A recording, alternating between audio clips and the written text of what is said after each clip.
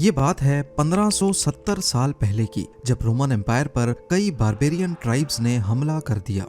Barbarians और हंस ने रोमन एम्पायर के कई शहरों पर हमला करके खूब तबाही मचाई। वहां रहने वाले लोग जान बचाकर भागना चाहते थे, लेकिन एक तरफ एड्रियाटिक सी तो दूसरी तरफ ट्रेनियन सी उनका रास्ता रोके हुए था।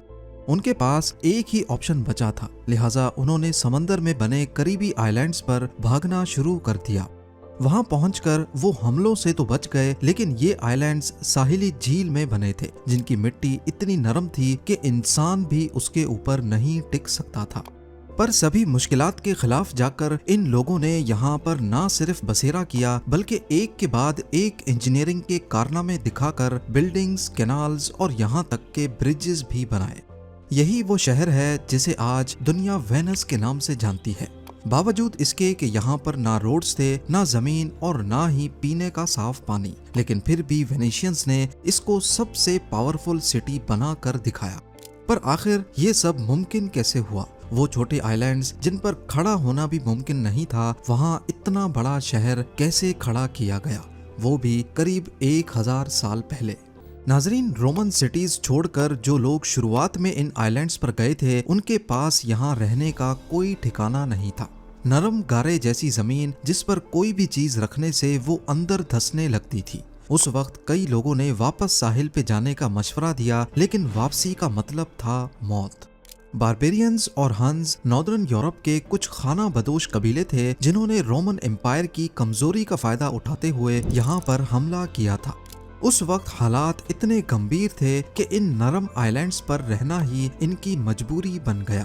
साहिल से 5 किलोमीटर दूर 150 से भी ज्यादा छोटे छोटे मार्शी आइलैंड्स थे, पर इन सभी का एक जैसा हाल था। इसी दौरान रेफ्यूजीज में से एक शख्स जमीन के अंदर धंसता जा रहा था। अपने आप को बचाने के लिए उसने अपनी बोट के चप्पू को जमीन में गाड़ा, तो वो कई फुट नीचे जाने के बाद बिल्कुल ठोस हो गया। यहीं से इनको आइडिया आया, जो बाद में वेनस सिटी की बुनियाद बना। यहाँ से चंद किलोमीटर दूर जहाँ आज का क्रोशिया है, वहाँ के जंगलात से दरख्तों के तने लाए गए और इनको मार्शी आइलैंड्स पर ठोक ठोक कर अंदर गाड़ा गया। तकरीबन 5 मीटर नीचे जाने के बाद ये तने जमीन की सख्त मिट्टी में जाकर अपनी ग्रिप बना लेते थे। इनको एक दूसरे के करीब करीब अंदर ठोका जाता ताकि एक स्टेबल प्लेटफॉर्म बन सके। पाइल्स को अंदर डालने के बाद इनके ऊपर का हिस्सा काट कर लेवल किया गया और उसके ऊपर लकड़ी के तख्ते बिछाए गए, ताकि पूरा लोड पाइल्स में बराबर डिवाइड हो सके। इस फाउंडेशन को पानी के लेवल से ऊपर उठाने के लिए स्पेशल लाइम स्टोन के ब्लॉक्स रखे गए। ऊपर पत्थरों का लोड और नीचे 5 मीटर लंबे वुडन पाइल्स। ये सिंपल कॉम्बिनेशन एक मजबूत फाउंडेशन बनाने के लिए काफी था।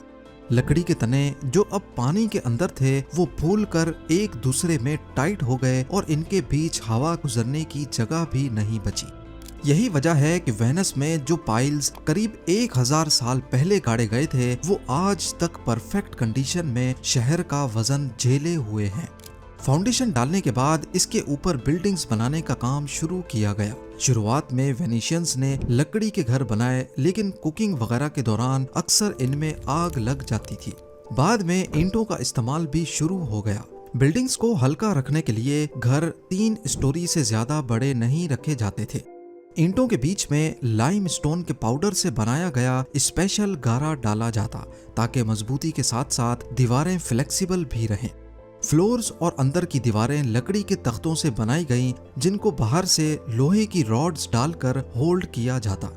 ये आइडिया वेनेशियंस में काफी फेमस हो गया और देखते ही देखते इसी तरीके से आइलैंड्स घरों से भरते गए।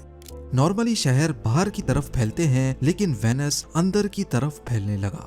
पहले ऐसा होता था कि एक आइलैंड से दूसरे आइलैंड में जाने के लिए सिर्फ बोट्स का ही सहारा होता था, लेकिन बाद में जब आबादी बढ़ने लगी तो आइलैंड्स करीब से करीब होने लगे और अब इनके बीच कम पानी में घोड़ों पे बैठ के भी आइलैंड्स क्रॉस हो सकते थे।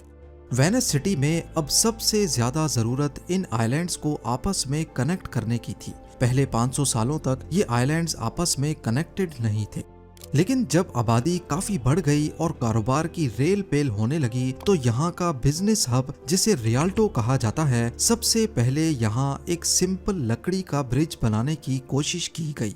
इस ब्रिज को पॉन्टून ब्रिज कहते हैं, जिसमें फ्लोट्स की मदद से गुजरने का रास्ता बनाया जाता है।